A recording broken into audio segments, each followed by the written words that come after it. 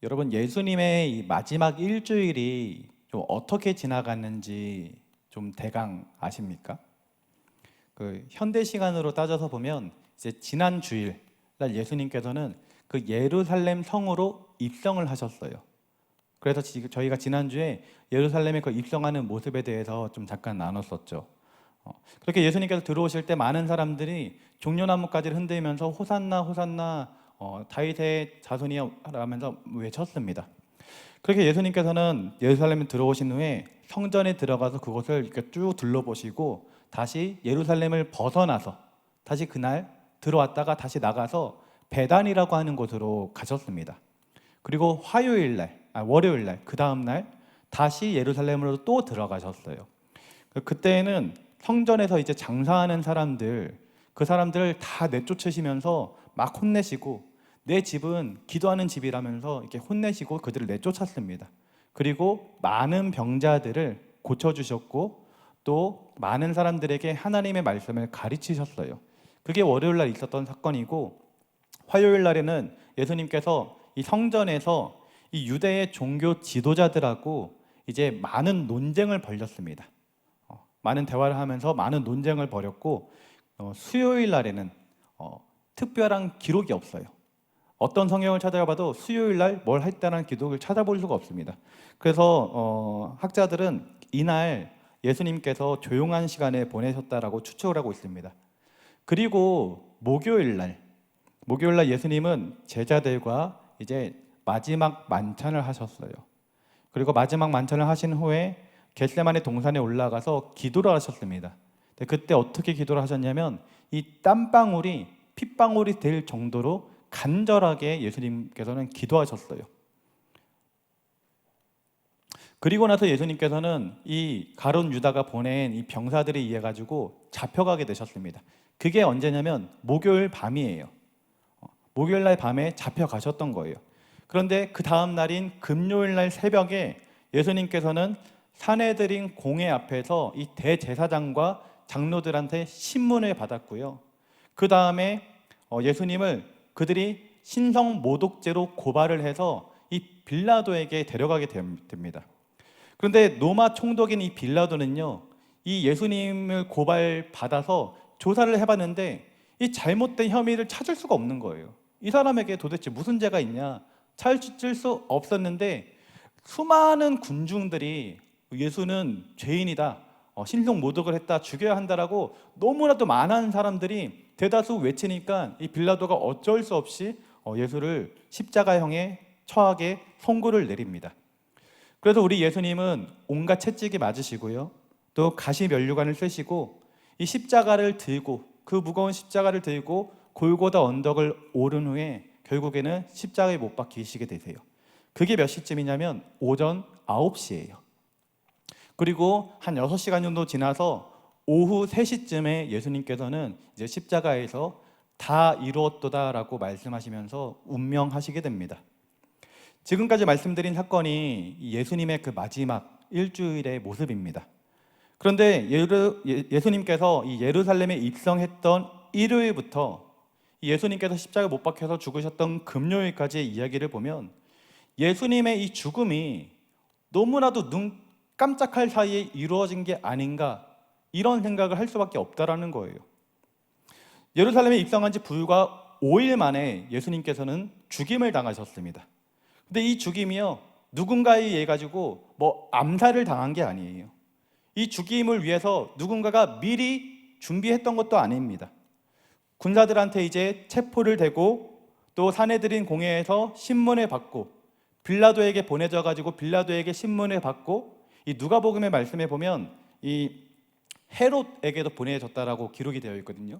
그러면 헤롯에게도 보내졌다가 다시 빌라도에게 와가지고 신문을 받으면서 결국에는 십자가형을 선고받게 됐고 죽게 되었는데, 그 십자가에 달리기까지 목요일 전날 밤에 붙잡히시고 그 다음날 아침에 십자가에 못 박혀 달리기 시까지 몇 시간 만에 이런 모든 일들이 이루어졌냐면 불과 12시간도 안 되는 사이에 이런 일이 벌어졌다라는 거예요. 이게 상식적으로 이해가 되는 일입니까? 누군가가 죄인으로 이제 고발되었는데 그날 당장 사형에 처한다라는 게 말이 되나요? 이 상식적으로 말이 안 되는 거예요. 그런데 예수님께서는 죄인으로 고발되었던 그날, 그 당시 최고 높은 수위였던 십자가형에 처해져서 결국엔 돌아가셨던 것입니다.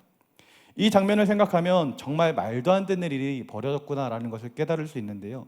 그러면 어떻게 하다가 이런 일이 이렇게 이루어졌느냐? 과연 누가 이 일을 이렇게 행하였느냐? 바로 사단, 마귀, 악한 영들이 이러한 일을 이루었다라는 것입니다. 물론 이 모든 것은 하나님의 원대한 계획이고 하나님의 섭리의 일부분이에요. 그런데 예수님의 죽음이 이루어지기까지는 이 악한 자들의 단합과 또 관계, 그리고 이 마귀의 역사가 충만하게 있었다라는 것이에요. 마태복음 27장 1절을 보면 모든 대제사장과 백성의 장로들이 예수를 죽이려고 함께 의논했다라고 나옵니다. 누가 의논했냐면 모든 대제사장, 모든 장로들이 예수를 죽이려고 의논했다라는 거예요.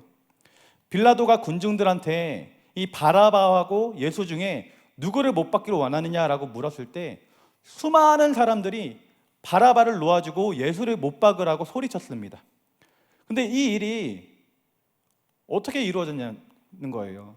수많은 사람들이 언제 그렇게 모였고 이 장로들과 이 대제사장들이 언제 이렇게 모여가지고 예수를 죽이겠다라고 이 합심했냐 이거예요. 굉장히 짧은 시간 안에 이 모든 일이 이루어졌다라는 거죠. 이렇게 그들은 예수님을 죽이고자 마음을 모았고 계획을 세운 게 이 몇 달 동안 걸린 게 아닙니다. 그리고 몇 주 동안 이런 일을 계획했던 것도 아니에요. 단지 며칠 만에, 아니 몇 시간 만에 이러한 일이 실제로 벌어졌던 것이에요. 정말로 이해할 수 없는 일이 벌어졌던 것이죠. 그런데 이런 이해할 수 없는 일을 누가 행하였냐면 바로 사단, 마귀, 악한 영이 행하였다라는 것이죠. 마귀가 이 가룟 유다의 마음을 움직여가지고 예수님을 팔아넘기게 만들었고, 또 마귀가 대제사장들과 또 장로들의 마음을 움직여가지고 예수님을 고발하게 만들었고, 이 마귀가 수많은 사람들을 선동시켜가지고 예수님을 못 박으라고 시켰다라는 것입니다. 정말 순식간에 그들이 마음을 모으고 실행하는 엄청난 그 악한 힘이 그 순간에 충만했던 거예요. 가득했던 것입니다. 그런데 이러한 마귀의 능력, 이 마귀의 힘은요, 그때 그 자리에만 있는 것이 아닙니다. 지금 우리가 살아가고 있는 이 현대에도 그 사단, 마귀, 악한 영들은 여전히 살아있고 여전히 지금 이 세상 가운데도 영향력을 끼치고 있으며 우리를 괴롭히고 있다라는 거예요. 그래서 베드로전서 5장 8절 말씀은 근신하라, 깨어라, 너희 대적 마귀가 우는 사자같이 두루다니며 삼킬 자를 찾고 있다라고 말하였던 것이죠. 여러분, 마귀는 지금도 살아서 우리 인생을 무너뜨리려고 하고 있습니다. 그래서 인생을 살아가다 보면 우리가 고통을 당할 때가 있고, 때로는 우리가 질병에 걸릴 때도 있고, 때로는 믿었던 사람한테 배신을 당하거나 상처를 받는 그런 일을 겪기도 하는 것이에요. 그리고 마귀는요, 이렇게 세상 사람들만 괴롭히는 것이 아니라 특별히 우리처럼 예수님을 믿는 사람들, 이렇게 교회에 나오는 사람들을 더욱더 괴롭힙니다. 우리로 하여금 하나님 바라보지 못하게 만들고, 우리로 하여금 말씀 읽지 못하게 만들고, 우리로 하여금 하나님께 기도하지 못하게 만들고, 죄를 짓게 만들어서 하나님과 멀어지게 만들려고 부단히 노력하고 있다는 거예요. 이런 마귀의 역사 가운데 우리는 어떻게 하면 그들에게 걸려서 넘어지지 않을 수 있고, 그들의 계략 가운데 넘어져 고통스럽지 않을 수 있고 깨어서 살아갈 수 있을까요? 오늘 읽은 본문이 그에 대한 해답을 우리에게 제시를 해주고 있습니다. 오늘 읽은 본문 고린도전서 15장 55절부터 57절까지 말씀을요, 다시 한번 읽어드리겠습니다. 사망아, 너의 승리가 어디 있느냐? 사망아, 내가 쏘는 것이 어디 있느냐? 사망이 쏘는 것은 죄요, 죄의 권능은 율법이라. 우리 주 예수 그리스도로 말미암아 우리에게 승리를 주시는 하나님께 감사하노니. 아멘. 여러분, 예수님께서는 십자가에 못 박혀서 돌아가셨습니다. 하지만 사흘 만에 다시 살아나셨습니다. 죽음 가운데 다시 부활하셨던 것이에요. 예수님께서 이 십자가에 못 박혀서 돌아가셨을 때 이 사단, 마귀, 악한 영들은 아주 신이 났을 것입니다. 자기들이 드디어 이 하나님의 아들 저 예수 그리스도를 우리가 죽였다라고 아주 신이 나가지고 잔치를 벌였을지도 몰라요. 그런데 어떻게 되었냐면 우리 예수님은 보란 듯이 다시 부활하셨습니다. 다시 살아나셨던 것이에요. 그래서 그 부활을 통해서 예수님은 무엇을 증명해 주셨냐면 예수님은 죽음보다 더 뛰어난 분이시다.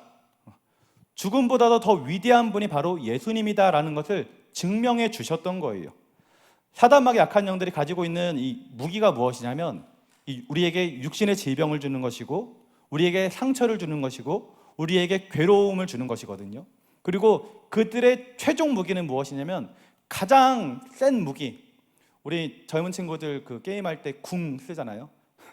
그 마귀가 쓰는 궁이 무엇이냐면 바로 죽음이라는 거예요.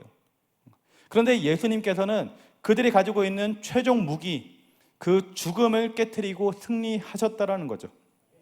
그리고 예수님께서는 그 부활의 승리, 그 사단 마귀가 가지고 있는 그 죽음을 깨트린 그 부활의 승리를 본인만 취하지 않으시고 본인이 그것을 이겨내신 후에 그 부활의 승리를 누구한테 주셨냐면 바로 여기에 있는 예수님을 믿는 우리들에게 똑같이 주셨다라는 것입니다. 그래서 오늘 읽은 말씀 57절을 보면 우리 주 예수 그리스도로 말미암아 우리에게 승리를 주시는 하나님, 우리에게 무엇을 주신다라고요? 승리를 주신다라는 거예요. 누구로 말미암아? 예수님으로 말미암아 우리에게 승리를 주신다라는 것입니다. 하나님께서는 예수 그리스도로 말미암아 우리에게 승리를 주시는 것입니다. 그래서 우리는 이미 이 사단과의 싸움에서 어떻게 된 존재냐면 이미 승리를 한 존재인 거예요. 우리는 이미 사단 마귀를 이긴 존재인 것입니다. 예수님께서 그 권세, 그 능력을 우리 가운데 주셨기 때문이에요. 그렇기 때문에 이 마귀가 아무리 우리를 괴롭힌다 할지라도, 우리를 넘어뜨리려고 하고 우리를 괴롭히고 죽이려고 한다 할지라도 우리는 괴롭힘 당하지 않을 수 있고 넘어지지 않을 수 있고 승리할 수 있다라는 거예요. 왜냐하면 그들을 무찔렀던 그 예수님의 그 부활의 승리의 능력, 그 부활의 승리의 능력이 우리 가운데 존재하기 때문인 것입니다. 이것이 바로 부활이 우리 가운데 굉장히 중요한 이유가 되는 것이에요.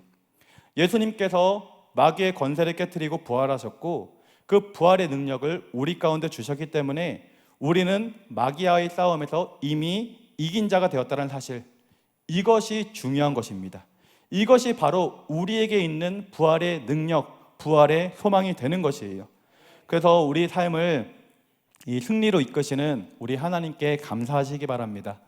우리가 부활의 능력을 소유하고 있으면 이 마귀가 주는 그 영적 공격들 다 이겨낼 수 있는 거예요. 우리를 괴롭히고 넘어뜨리고 우울증에 빠지게 만들고 때로는 공황장애로, 때로는 관계의 어려움으로, 때로는 학업 간의 어려움으로, 앞이 막막해서 아무것도 보이지 않는 답답한 가운데 있는 그 모든 것들, 이 부활의 능력으로 이겨낼 수 있다는 거예요. 그리고 우리는 무엇을 또 이겨낼 수 있냐면 죽음마저도 이겨낼 수 있다는 것입니다. 우리 인생은요, 태어나면 죽게 되어 있습니다. 여기 있는 사람 중에 안 죽을 사람 있어요? 나는 안 죽는다, 나는 평생 영원토록 산다라는 사람이 있어요? 없습니다. 여기 있는 사람 모두는요 죽는 거예요. 우리 인생은 태어났으면 죽게 되어 있습니다. 그래서 죽음에 대한 두려움을 세상 사람들은요 많이 가지고 있어요. 그러나 우리는 죽음에 대한 두려움을 가질 필요가 없습니다. 왜냐하면 우리의 생이 이 죽음으로 말미암아 끝나는 것이 아니기 때문이에요. 예수님께서 죽은 후에 부활하셔서 지금은 하늘로 올라가셔서 우리 하나님 우편에 앉아 계십니다. 그리고 그 예수님께서는 우리에게 똑같은 능력과 똑같은 생명을 주셨어요. 그래서 우리도 나중에 죽게 되었을 때 죽음으로 끝나는 것이 아니라 썩을 몸으로 죽지만 썩지 아니할 몸으로 다시 부활한다라고 말씀하셨어요. 무슨 말이냐? 우리는 죽음으로 끝나는 게 아니라 죽은 후에 다시 부활해서 저 하늘나라, 저 천국에 우리 주님이 계신 곳에 함께 들어가게 된다라는 거예요. 그렇기 때문에 우리는 죽음에 대해서 두려워할 필요가 없는 것입니다. 우리 원론 목사님, 또 목사님들 장례 치를 때 항상 하시는 얘기가 이 죽음은 죽음으로 끝나는 게 아니라 이 세상에서 저 세상으로 이사가는 것이다, 이렇게 말씀하세요. 우리 성도님들, 그래서 이 죽음에 대해서 또 사단 마귀가 주는 이 고통, 이 괴로움에 대해서 두려워하지 마시고 나는 이미 그 모든 것들을 이긴 존재고 나는 승리한 존재라는 것을 반드시 기억하시길 바랍니다. 로마서 8장 31절부터 39절 말씀은 이 하나님과 사단 그리고 우리 인간 사이에서 어떤 일들이 벌어지는지, 그리고 사단 마귀가 우리를 괴롭히지만 그 사단 마귀가 우리를 과연 무너뜨릴 수 있을까, 이런 거에 대한 이 해답을 주고 있는데요. 조금 긴 말씀인데 로마서 8장 31절부터 39절까지 말씀은 우리가 한 목소리로 함께 합독해 봤으면 좋겠습니다. 함께 합독해 볼게요. 시작. 그런즉 이 일에 대하여 우리가 무슨 말 하리요? 만일 하나님이 우리를 위하시면 누가 우리를 대적하리요? 자기 아들을 아끼지 아니하시고 우리 모든 사람을 위하여 내주시니가 어찌 그 아들과 함께 모든 것을 우리에게 주시지 아니하겠느냐? 누가 능히 하나님께서 택하신 자들을 고발하리요? 의롭다 하신 이는 하나님이시니 누가 정죄하리요? 죽으실 뿐 아니라 다시 살아나신 이는 그리스도 예수시니 그는 하나님 우편에 계신 자요 우리를 위하여 간구하시는 자신이다. 누가 우리를 그리스도의 사랑에서 끊으리요? 환난이나 공고나 박해나 기근이나 적신이나 위험이나 칼이랴. 기록된 바 우리가 종일 주를 위하여 죽임을 당하게 되며 도살당할 양같이 여김을 받았나이다 함과 같으니라. 그러나 이 모든 일에 우리를 사랑하시는 이로 말미암아 우리가 넉넉히 이기느니라. 내가 확신하노니 사망이나 생명이나 천사들이나 권세자들이나 현재일이나 장래일이나 능력이나 높음이나 깊음이나 다른 어떤 피조물이라도 우리를 우리 주 예수 우리는 하나님의 사랑에서 끊을 수 없으리라. 아멘. 제가 이 말씀을 읽으면서 우리 청년분 하나가 돼가지고 이렇게 말씀을 한 목소리 너무 잘 읽는다 딱 하고 있는데 제가 틀려버렸어요. 지금 읽은 말씀 보면 그 누구도 우리를 하나님의 사랑에서 끊을 수 없다라고 말씀하셨습니다. 그리고 우리는 넉넉히 이기게 된다라고 명확하게 말씀하고 있습니다. 왜냐하면 이 하나님께서 우리를 위해서 이 자기의 아들을 아끼지 아니하시고 우리에게 주셨기 때문이에요. 심지어 예수님이 가지고 있는 이 모든 권세와 모든 능력, 모든 승리까지도 우리에게 주셨기 때문인 것입니다. 그러므로 이 완벽한 승리를 거두신 예수님의 그 능력이 우리 가운데 있기 때문에, 그리고 하나님께서 우리 한 사람 한 사람, 여러분 한 사람 한 사람을 끔찍히 사랑하시기 때문에 이 사단마귀 악한 영이 우리를 아무리 괴롭힌다 할지라도, 우리를 넘어뜨리려 한다 할지라도 우리는 결코 넘어지지 않을 수 있고 하나님의 사랑 안에서 승리할 수 있게 된다는 것입니다. 여러분, 우리는 이 마귀와의 대결에서 승리할 수 있습니다. 절대 지지 않을 수 있습니다. 사랑하는 우리 청년분들과 성도님들은 사단 마귀와의 대결에서 내가 넉넉히 이길 수 있는 자라는 것을 반드시 기억하시기 바랍니다. 그런데 여러분, 이와 같은 이 예수님의 권능 그리고 예수님의 부활의 승리를 내가 소유하려면 이 조건이 하나가 있어요. 그게 무엇이냐면 우리가 예수님을 믿어야 된다는 거예요. 조금 더 구체적으로 말하면 예수님의 부활을 내가 믿어야 한다는 것입니다. 여러분, 예수님이 부활하신 것을 믿으십니까? 이 자리에 계신 분들 중에서는 예수님의 부활을 확실히 믿고 있는 분들도 계실 것이고, 나는 아직까지 예수님의 부활이 믿어지지 않는 분들도 있을 수 있습니다. 그리고 교회를 오래 다녔기 때문에 어떤 분들은 이 머리로는 알고 믿는다라고 입술로 고백은 하는데 이 마음으로는 아직 믿어지지 않는 분들도 있을 수도 있어요. 바라기는 오늘 말씀을 통해서, 그리고 우리가 드리는 이 기도와 예배를 통해서 사랑하는 우리 모든 청년들과 성도님들은 예수님의 부활을 믿을 수 있기를 예수님의 이름으로 축원합니다. 그래서 지금 이 시간에는 예수님의 부활에 대한 증거를 조금 몇 가지 좀 소개해 드리려고 해요. 먼저 예수님의 이 부활은요, 우연한 사건이 아니었습니다. 갑자기 일어난 사건이 아니었던 거예요. 예수님의 부활은 이미 예고된 사건이었고, 이 구약 성경, 구약 시대 때부터 하나님께서 여러 번 말씀하셨던 그 예언된 말씀의 성취였던 것입니다. 그러므로 만약에 이 부활의 사건이 일어나지 않았다라면 우리 하나님은 거짓말장애가 되는 거예요. 그리고 예수님도 이 제자들을 데리고 다니면서 3년 동안 데리고 다니면서 뭐라고 얘기를 했냐면 딱 3번 얘기한 적이 있거든요. 내가 대제사장과 장로들과 서기관들한테 잡혀가지고 죽임을 당할 것이다. 그러나 사흘 만에 다시 부활할 것이다 라고 예수님께서 직접 제자들한테 3번이나 얘기를 했습니다. 하나님도 구약 성경을 통해서 예수님의 죽음과 부활에 대해서 말씀하셨고, 예수님 당신도 직접 자신의 입으로 내가 죽임을 당할 것이고 부활할 것을 말씀하셨어요. 그리고 예수님께서는 그 예언대로 부활하셨습니다. 그런데 만약에 예수님께서 부활하지 않았다면 이 하나님도 거짓말장애가 되는 것이고요, 우리 예수님도 사기꾼이 되는 것입니다. 그런데 그렇지 않았다는 거예요. 말씀하신 대로 정말로 부활이 이루어졌다는 거죠. 고린도전서 15장 17절의 말씀을 보면 그리스도께서 다시 살아나신 일이 없으면, 우리 예수님께서 부활하지 않았다면 너희의 믿음도 헛되고 너희는 여전히 죄 가운데 있는 자일 것이다 라고 기록이 되어 있습니다.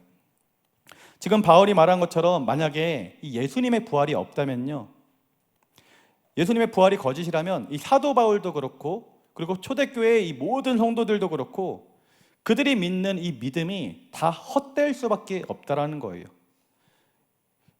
우리 기독교에 있어서 이 부활이 만약에 거짓이라면, 우리 기독교에서 부활이 없다라면 우리가 믿는 이 믿음은요 다 헛것이 되는 것입니다. 그렇게 되면 우리 모든 기독교인들, 여기 있는 여러분들과 저는 세상에서 어떻게 보면 가장 멍청한 사람들이 되는 거예요.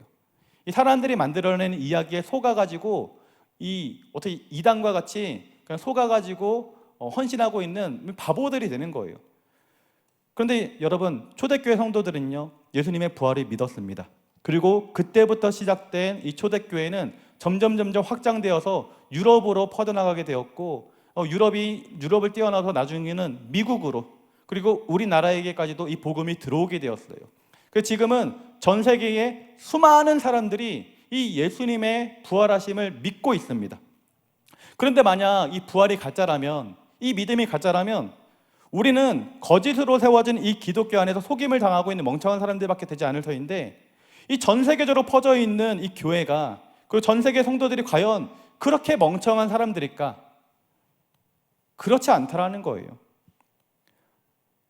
예수님의 부활이 거짓이 아니라 사실이기 때문에 수많은 사람들이 예수를 믿고 따르면서 교회를 다니고 있고 하나님을 섬기고 있다라는 것입니다. 이 전 세계 사람들이 바보가 아니라는 것, 이것만 생각해도 부활이 사실이라는 것을 우리가 생각해 볼 수 있는 거예요. 그리고 만약에 우리가 보고 있는 이 성경이 이 인간에 의해서 그냥 만들어진 이 허구에 불과하다면요, 그래서 그들이 만들어낸 이 교리를 우리로 하여금, 이 후대 사람들이 보는 우리로 하여금 그들이 생각해낸 교리를 믿게 하기 위해서 만들어진 성경책이라면 그 성경책의 내용은 어때야 되냐면 하나부터 열까지 하나의 목적을 가지고 이게 일목요연하게 쓰여져 있어야 될 거예요. 그런데 우리가 보는 성경책은요 다 다릅니다. 무슨 말이냐면 마태복음, 마가복음, 누가복음, 요한복음이 예수님의 그 살아계실 때의 모습을 증거했던 성경책들인데, 그 예수님의 그 부활하신 후의 모습을 말하고 있는 마가복음, 마태복음, 요한복음, 누가복음, 이 성경책들이 내용이 조금씩 다 다르다라는 거예요. 어떤 사람들이 이 믿게 하기 위해서 일부러 만들어낸 성경이라면 이렇게 다르게 안 했을 거예요. 4가지의 성경책 모두 다 같은 이야기를 하면서 더욱더 집중적으로 설득시키려고 하였을 것입니다. 그런데 우리 성경책은 그렇게 하지 않는다라는 거예요. 그저 자신이 보고 들은 것을 있는 그대로 적었다라는 거죠. 그리고 그 모든 것이 하나님의 은혜 가운데 합력할 선을 이루면서 우리에게 은혜를 주고 있다라는 거예요. 또한 마가복음 16장 말씀을 보면 예수님의 부활을 이제 처음 목격하고 그 사실을 증언한 사람들의 이제 증언이 이제 기록이 되어 있거든요. 마가복음 16장에. 그런데 그 자리에 있었던 사람들 중에 아까 영상을 보았지만 이 예수님의 부활을 믿었던 사람이 아무도 없었습니다. 예수님의 부활을 기대했던 사람이 아무도 없었어요. 예수님께서 살아있을 때 뭐라고 얘기했었냐면 내가 죽은 지 사흘 만에 다시 살아날 것이다 라고 3번이나 말씀하셨습니다. 그러면 그 이야기를 들었으면 실제로 예수님이 죽었을 때 제자들이라면 우리 예수님께서 3일 만에 다시 산다고 약속했었잖아. 우리 예수님 다시 부활할 거야 라고 그 무덤에 간 사람이 있어야 될 거 아니에요. 그런데 제자들 중에 그리고 무리들 중에 아무도 그 예수님의 말했던 것을, 그 예수님의 가르침을 믿지 못했다라는 거예요. 그것을 알고 있었어도 죽었는데 뭐 끝난 거지, 그냥 헛소리 했구나, 이렇게 생각했던 거예요. 그런데 그랬던 그들이 모습이 바뀌게 되었습니다. 사도행전에 보니까 이 죽음을 각오할 정도로 복음을 전파하면서 하나님의 자녀로서의 삶을 살아내기 시작하는 거예요. 그래서 예수님의 제자들이요, 단 한 사람만 자연사하고요, 나이가 들어 죽었고 나머지 모든 제자들은 다 순교하게 됩니다. 죽기까지 복음을 전파하다가 죽임을 당한 거예요. 마가복음 16장에 나왔던 제자들의 모습은 예수님의 부활을 믿지 못하는 사람들로 가득했는데, 사도행전 이후에 제자들의 모습은 너무나도 변화된 모습이 있다는 거예요. 그들이 왜 변화되었을까? 바로 부활하신 예수님을 만났기 때문이라는 것입니다. 부활하신 예수님을 직접 만났기 때문에, 예수님이 부활하신 사실을 믿어지기 때문에 그 후로 복음을 전파하며 살아갈 수 있었다는 것이죠. 이 예수는 역사다라는 책을 쓰고 또 영화로도 나온 그 영화가 있거든요. 영화로도 나온 영화가 있다고요. 말이 이상하지만 그 사람이 누구냐면 리 스트로벨이에요. 이 리 스트로벨은 원래 무신론자였습니다. 그런데 어느 날 자기 아이가 이 사탕을 먹다가 이 사탕이 걸려버린 거예요. 숨을 못 쉬고 있을 때 옆에 있던 어떤 크리스찬의 도움으로 아이가 죽지 않고 살아나게 되었어요. 그 일을 계기로 이 리 스트로벨의 아내가 교회를 다니게 되고 예수를 믿게 되었습니다. 근데 리 스트로벨은 못 믿겠는 거예요. 난 무신론자로서, 나는 굉장히 이성적인 사람으로서 내가 이해돼야지만 내가 교회를 믿을 텐데 나는 못 믿겠는 거죠. 아무리 내 아이가 구원을 받았어도, 내 아내가 교회를 다녀도 나는 못 믿겠다라는 거예요. 그래서 이 사람이 무엇을 하냐면 굉장히 지식적이고 굉장히 똑똑한 사람이었거든요. 그래서 내가 앞으로 예수는 허구의 인물이다, 예수의 부활은 없다, 요거를 내가 증명해 보겠다라고 이제 연구를 하기 시작합니다. 그래서 수많은 사람들을 만나기 시작해요. 전 세계에 있는 역사학자들, 또 고고학자들을 만나가지고 이 토론을 하면서 연구를 하고, 또 저명한 신학 교수를 만나가지고 함께 대화를 나누고, 또 심지어 의학 박사를 만나가지고 그 예수의 죽음, 예수의 그 피, 그 떨어진 살점, 이 모든 것들을 조사하면서 이 연구를 하기 시작하는데요. 그런데 그랬던 그가 연구를 하면 할수록 결론이 어떻게 되냐면, 처음에는 예수가 없다, 예수는 허구다, 예수의 부활은 거짓이다를 증명하려고 그 연구를 시작했는데, 연구를 하면 할수록 이 생각이 바뀌는 거예요. 그래서 나중에 결론은 어떻게 세우냐면 예수는 역사다. 역사가 무엇입니까? 있었던 사실 그대로라는 거예요.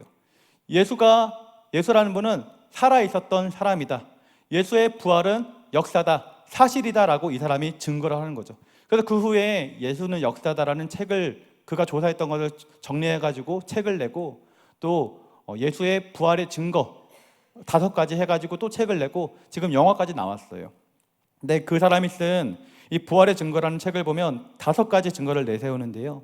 첫 번째는 무덤이 비어 있었다라는 거예요. 예수님의 시체가 부활하여서 사라졌기 때문에 그것이 강력한 증거가 된다라는 것입니다. 죽었다라면 어딘가 시체가 있어야 되는데 시체가 없다라는 거죠. 그래서 예수님께서 부활하셨다라는 증거가 된다라는 거예요. 두 번째는 이 목격자들의 증언이에요. 자기가 조사를 해보니까 예수님의 부활하심을 직접 두 눈으로 본 사람이 최소한 500명 이상이 된다라는 것을 이 사람이 파악하게 되었어요. 그리고 세 번째로는 부활 후에 변화된 제자들의 모습이에요. 이거 아까 얘기했던 것처럼 부활 전의 제자들의 모습과 부활 후의 제자들의 모습이 달라졌어요. 어떻게 그렇게 달라질 수 있었을까? 고민하면서 이것이 바로 증거가 된다라고 내세웠던 거죠. 네 번째는 초기 교회의 기록입니다. 이 마태복음, 마가복음, 누가복음, 요한복음, 이 복음서도 교회 초기에 기록된 말씀들이고, 또 바울이 썼던 서신서들도 다 교회 초기에 기록된 말씀들인데, 이 교회 초기의 말씀들을 보면 예수님께서 부활했다는 내용이 있다라는 거예요. 무슨 말이냐면 나중에 누군가가 인위적으로 예수라는 사람을 만들어내고 부활했다라고 거짓으로 만들지 않았다라는 것입니다. 초기 때부터 기록됐다는 것 자체가 그것이 사실이라는 것이죠. 그리고 마지막 5번째는 부활에 대한 이 적대적인 증거들이에요. 자기도 이 예수의 부활을 부정했던 사람으로서 나도 여러 번 시도했지만 나와 같은 이 무신론자들이 예수의 부활은 없다를 증명하기 위해서 수많은 노력을 하고 또 연구를 했지만 그럼에도 불구하고 그것을 밝혀내지 못했다라는 거예요. 부활 사건이 여전히 전파되고 있다는 것, 그들의 방해에도 불구하고 그들의 그런 연구에도 불구하고 이 부활 사건이 계속해서 전파되고 있다는 것, 이것이 부활이 사실이라는 증거를 나타내 준다라고 하는 것입니다. 이처럼 니스트로벨은요, 무신론자로서 예수의 부활은 거짓이다라를 증명하려고 했다가 예수는 역사다로 바뀌었던 사람이에요. 여러분, 지금까지 이 예수님의 그 부활이 사실임에 대해서 제가 이 다양한 방법으로 지금 계속 나열하면서 설명을 드렸거든요. 여러분, 예수님의 부활이 믿어지십니까?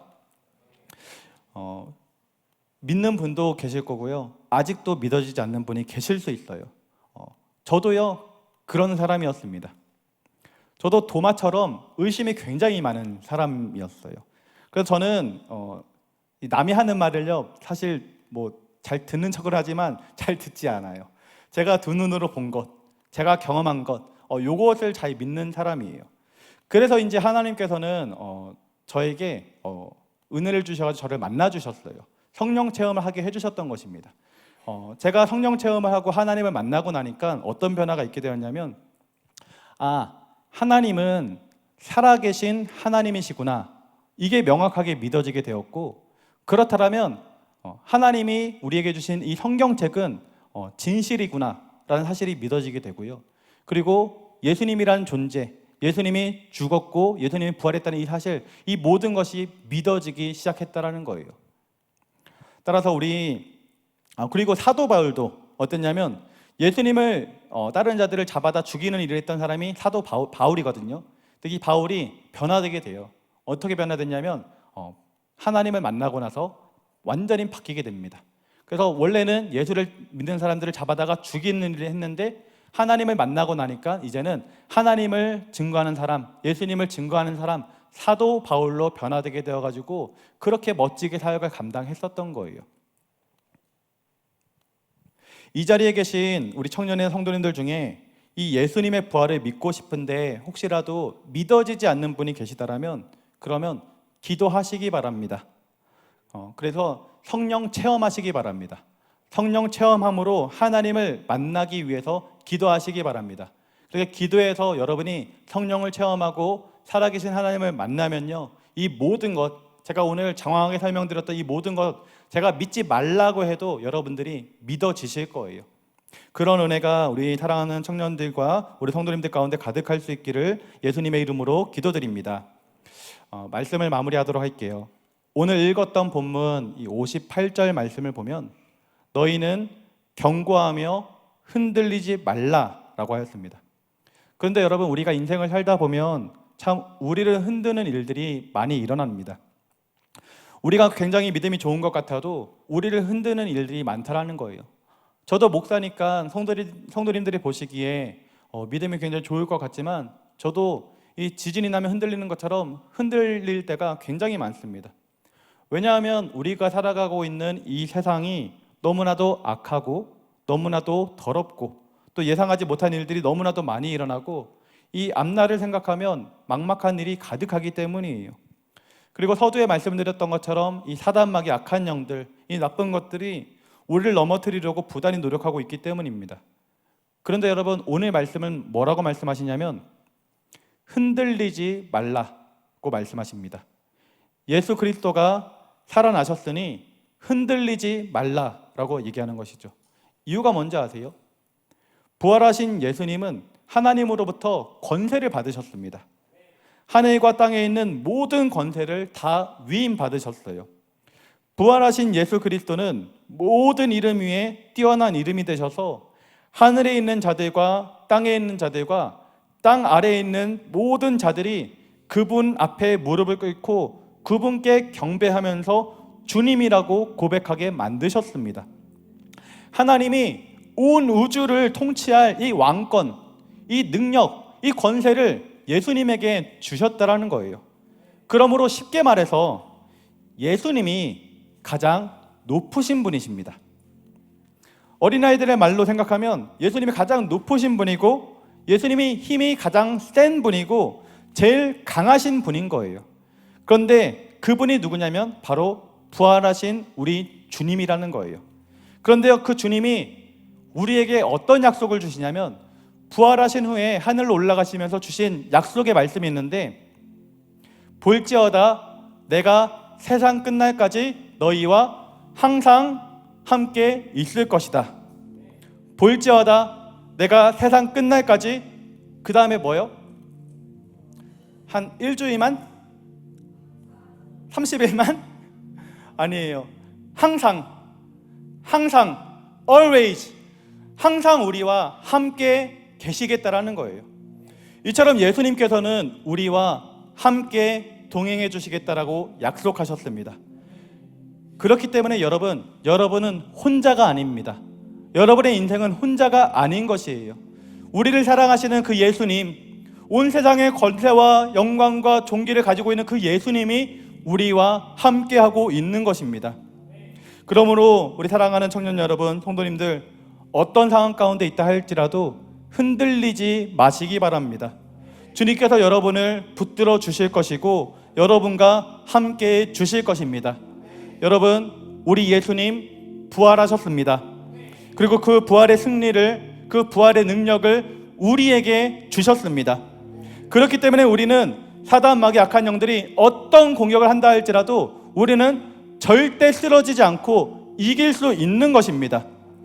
여러분, 어떤 상황 가운데 있습니까? 어떤 어려운 상황 가운데, 어떤 힘든 상황 가운데 있습니까? 부활하신 예수님이 나와 함께함으로 나는 이길 수 있다, 나는 승리할 수 있다, 나는 쓰러지지 않을 수 있다라는 확신을 가지시기 바랍니다. 주님께서 여러분과 함께하고 있음을, 성령님으로 함께하고 있음을 날마다 마음 가운데 새기며 그렇게 승리하며 살아갈 수 있기를 예수님의 이름으로 기도드립니다. 우리 이 시간 함께 기도했으면 좋겠습니다. 부활의 능력을 소망하게 원하시는 청년분들, 또 내가 부활을 믿기 원하시는 청년분들, 마음을 다해서 기도하기 원하는데요, 함께 자리에 일어나서 그 믿음 가지고 기도하기 원합니다. 사랑의 하나님 아버지, 예수님께서 죽음의 권세를 깨트리고 부활하신 것을 믿습니다. 그리고 우리에게도 동일한 능력을 주셨음을 믿습니다.